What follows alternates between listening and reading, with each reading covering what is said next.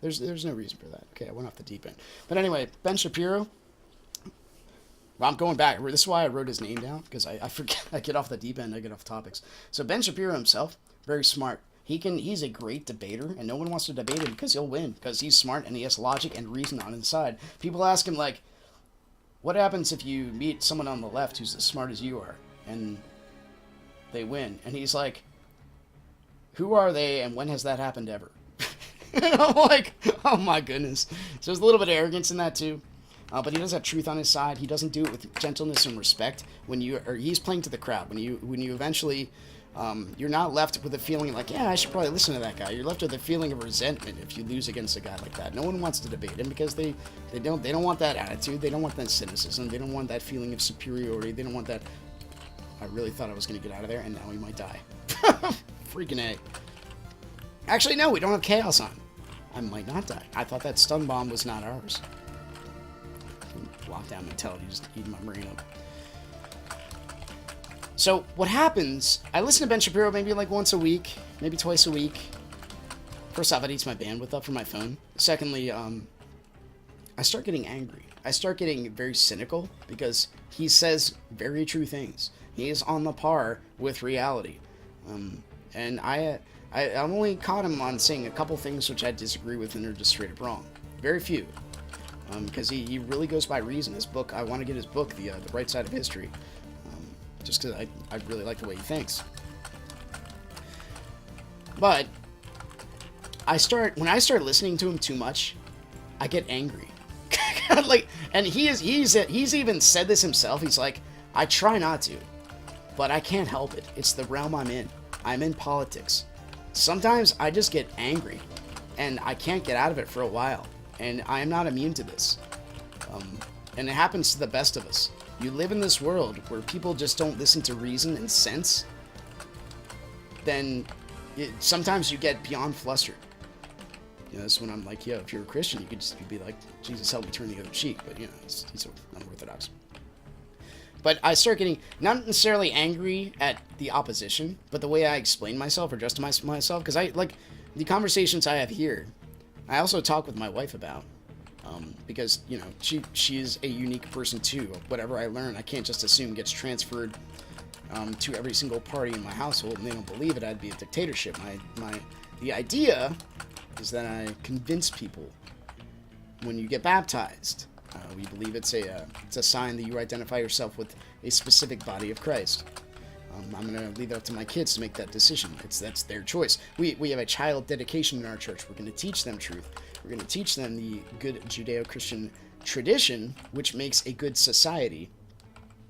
And we're going to run with that. That's our promise to our kids. Now, when they get old enough, though, it might sorrow my heart, because my youngest is probably... She's to the point, like, she's 2, but I already can see in her, she is so smart. She's probably smarter than me. And I'm not saying that to be, like, arrogant, like I'm super smart or anything. But a child being smarter than her parent, that's very dangerous. Because the child can rationalize their way. First off, when they start realizing this, they can start rationalizing their way if they're smart enough to make anything permissible. It's okay because. It's okay because. And you'll try to tell them, and they'll be like, what do you know? And you can tell them, and they'll be like, I don't care. Because they're already so clever, they got a few math problems right in school, or their children, or their teachers say they're smart, that kind of thing, that they'll have it'll be pride again, right? Where's everybody going? Stop running off the screen. Win. Tell me how you walk through that wall. You got Jesus' power. Anyway. I pray for my kids every day. They need it. This world is crazy. Both kids, when they were 2, learned how to operate both the computer and the and the Wii U. So, I mean, they're light years beyond me as far as competence with technological devices. You know, I gotta be careful with this stuff, man. I gotta show my kids it's okay to live without technology as well. It's one of the reasons.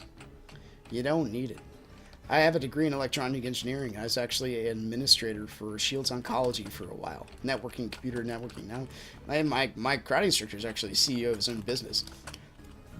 He's a teacher. He's what we call a Shihan. He's a teacher of teachers. He's like...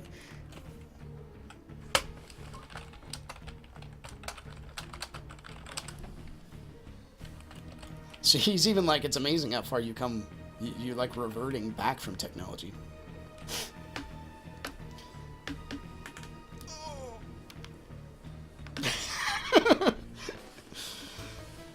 500 IQ plays. You know it, buddy.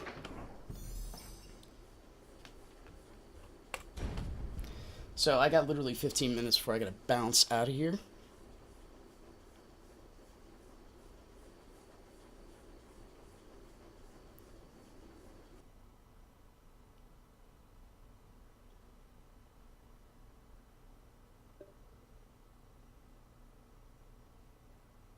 Sorry, I'm doing a text. My voice is going to be so shot. I don't have the callous of doing like daily commentary anymore. So this is just like, I only talk a little bit, and suddenly we're going to talk for like 2 hours straight. Go get him. All right. Back to tradition.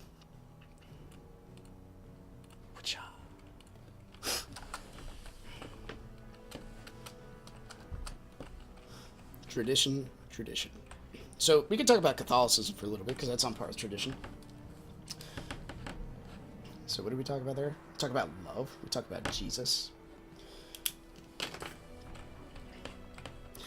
There are only 3 things you could say to Jesus, honestly, from any perspective, at least in my opinion. He was either the Lord of your life, he was a liar, or he's a lunatic. You have to choose one. Because the things he said were so serious and so,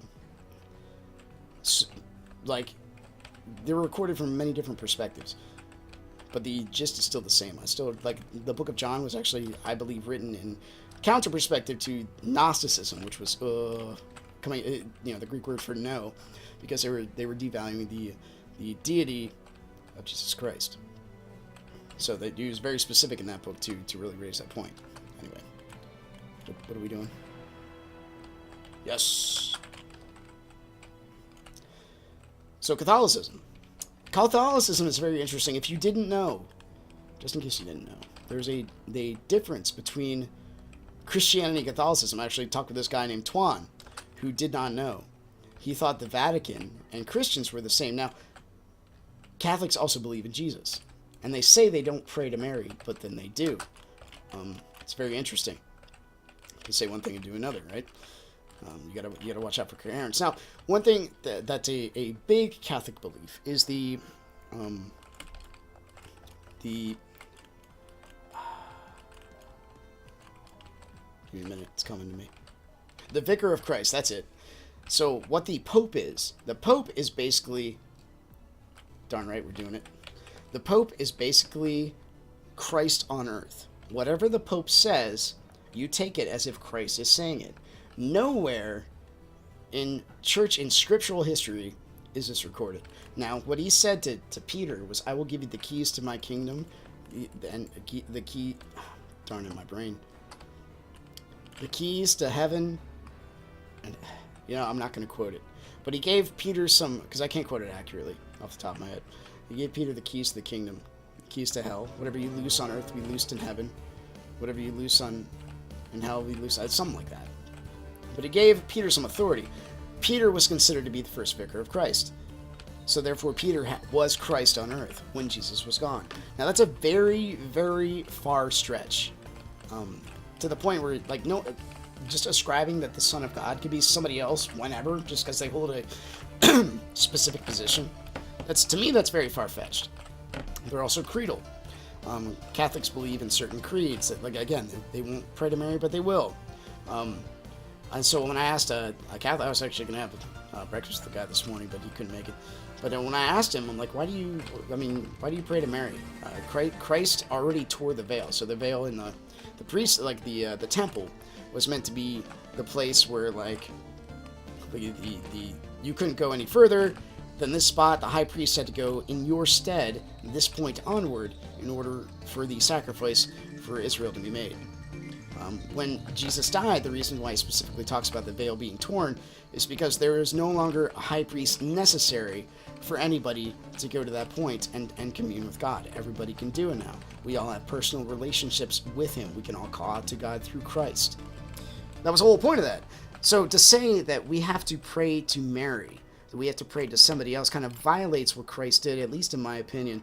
And so I explained that to them. Thank goodness something's Something's trending on the RimWorld Reddit. To say that kind of violates, the whole thing that Christ did. So I asked him about that. And I put that to him, like, didn't Christ die? Like, what's that veil for? He's like, yeah, well, it's kind of like, I pray through. He just doubled down on it, basically. He's like, I don't think I'm good enough to pray, so I pray that other people will pray for me. I'm like, well, that's the same kind of logic that gets like the indulgences, or you can pray somebody out of hell, or that kind of thing. Make people not responsible for their own actions. You could be responsible for their actions, even though they made horrible ones when they were still alive. It removes the accountability aspect of unique individuals. Besides the rituals, besides the, if you didn't know, what Catholics do to the people that do the molestations and that kind of thing, they don't fire them, they don't jail them, they move them. They've been moved so many times, even if it's just moved to a lower rank. And to Christianity's sorrow, because Catholics are still technically Christians, they do believe in the deity of Christ, but they're still creedal. They still believe in the power of tradition, the power of whatever the Pope has said in the past, also should count for the present. Anyway, dude, that was like the shortest turret danger room I think I've ever done. You guys are just freaking amazing. My voice sound like I've been smoking a pack of cigarettes a day for a year, which is something I'm not going to do. Another slime lottery, please. The person who's not charging is to pick up the key. There we go.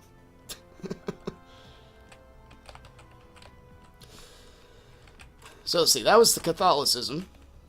This is like your general apologetics worldview rundown 101. So if you, I honestly challenge you, and I want you to make sure what I'm saying is true, because I've been looking at this stuff up for so long. You can go verify it for yourself and look up peer-reviewed sources. Please just don't go to the first internet hype Reddit scene you see, and when you say, type in, is Christianity true? And then the first response you get is from the atheist.com. No, LOL. I mean, you really gotta dive. These are serious topics. If you just take it at face value, you dive into it, right? These are serious things. These are things that go beyond life. They are meant to be taken seriously. They should. Which is one of the reasons why I'm doing it myself. One more depth. Oh!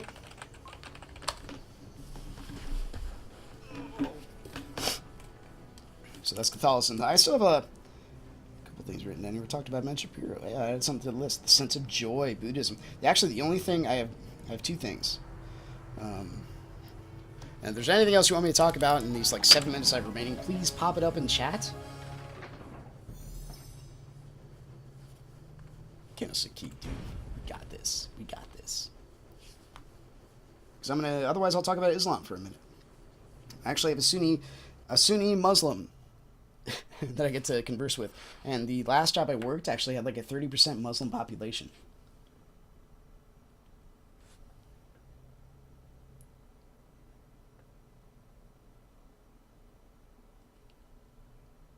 Hold on. Oh, exclamation point. Could you go shopping then? Question mark. That'll give me and Willow some daddy-daughter time, smiley face. We haven't had it for a while. We don't want to swipe text all that stuff. Anyway. I can't help it, man. We're doing switching. We are the switchers. And I know this is from Retti's, right? Tournament. There we go. Beautiful. Could possibly be wrong. So let's talk about Islam for a minute.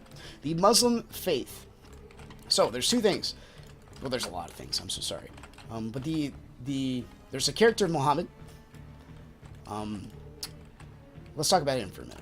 And then there's the Quran, and then there's the Islamic faith as it stands now, and there's the different, one of the challenges they would have for Christians is, why is there so many denominations if you call yourself, oh, we'll just do one faith? And there's Sunnis, there's other denominations in the Islamic faith. The thing is, they kill each other over those differences, which is, interesting. I'm not going out and, killing a Baptist because he doesn't believe in infant baptism or anything. It's ridiculous.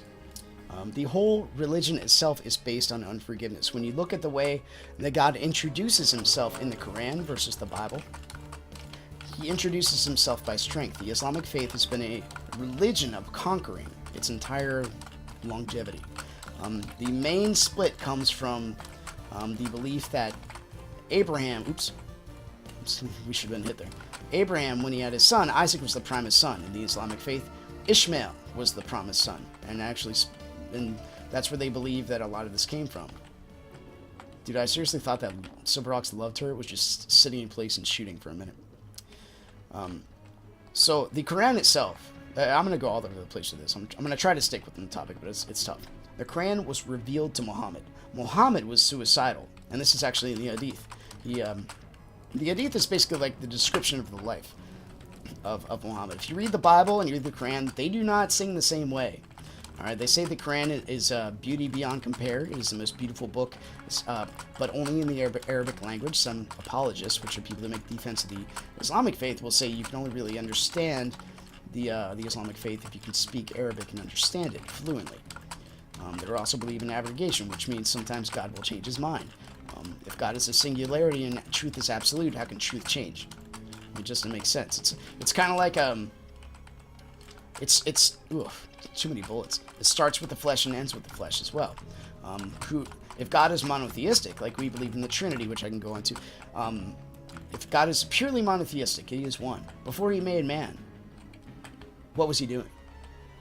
Before, like, why did he create man? Did he create man just to worship him? Does he need man to worship him? Like, is he defining himself by man? The Quran was revealed to Muhammad. Muhammad was also illiterate. He couldn't read or write. He, I don't know if he learned to later in life, but he could not. So he would recite the Quran.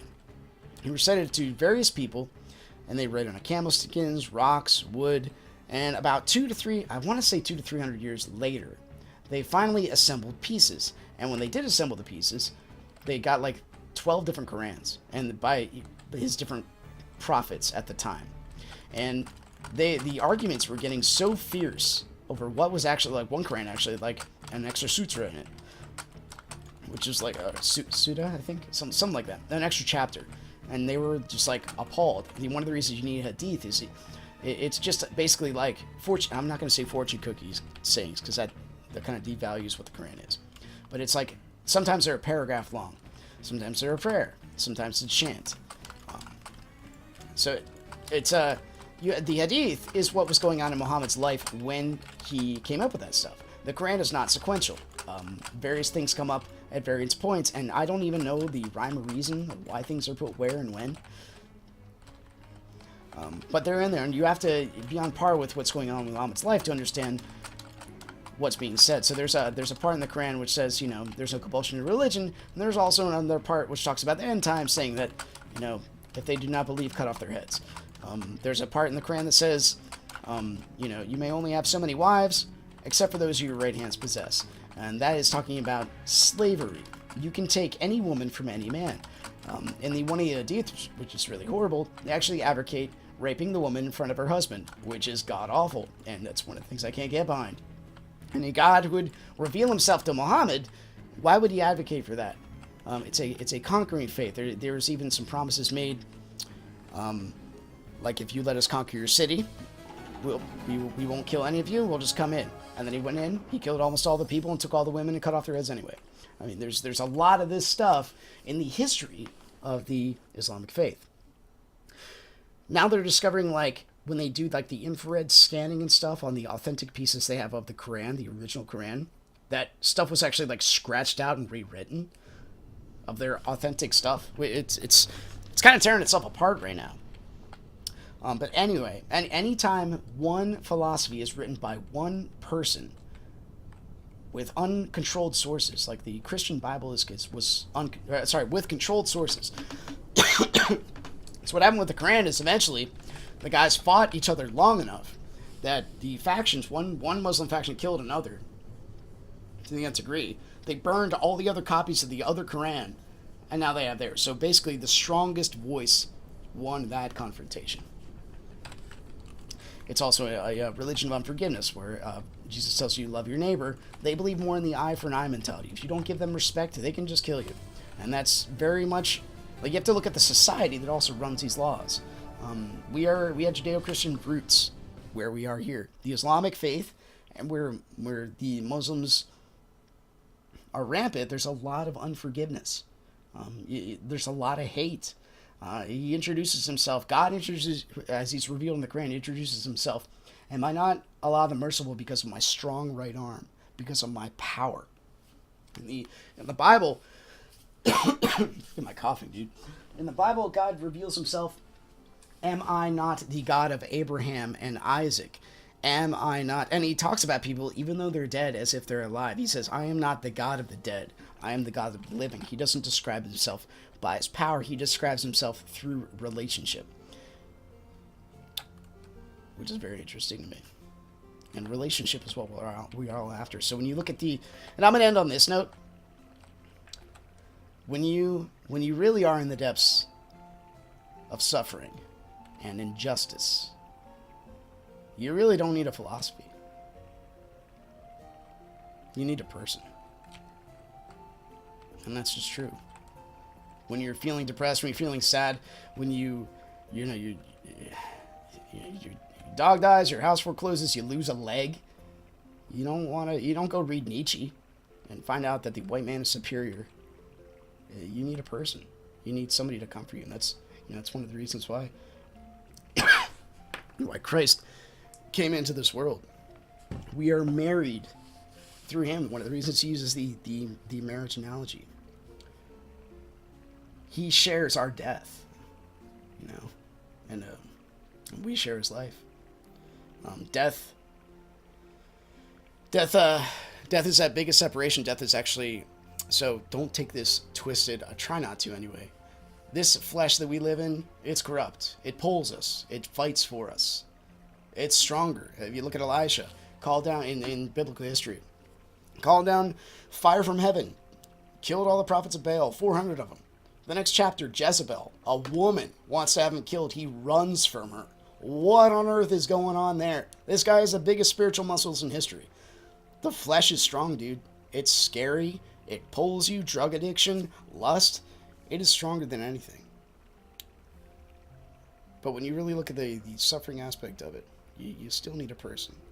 If God did not come down, he did not write himself into our story, there would be no hope for humankind. If he did not share in our death and our suffering, he doesn't answer it, but he is here with us. And that's one of the best reasons I could say I believe in Christianity as a whole. You can't separate those two things. Anyway, thanks for watching, guys. I'm taking a year off. I'm going to post these up in sections on YouTube. I hope you enjoy them. I would say click the like button, subscribe if you want to see more in the future. I'll be interested to see how many subs I have left after a year. But it's been a joy playing with all of you guys. I will see you, hopefully, Lord willing, in a year. If not, I'll be smiling at you from, the transcendent.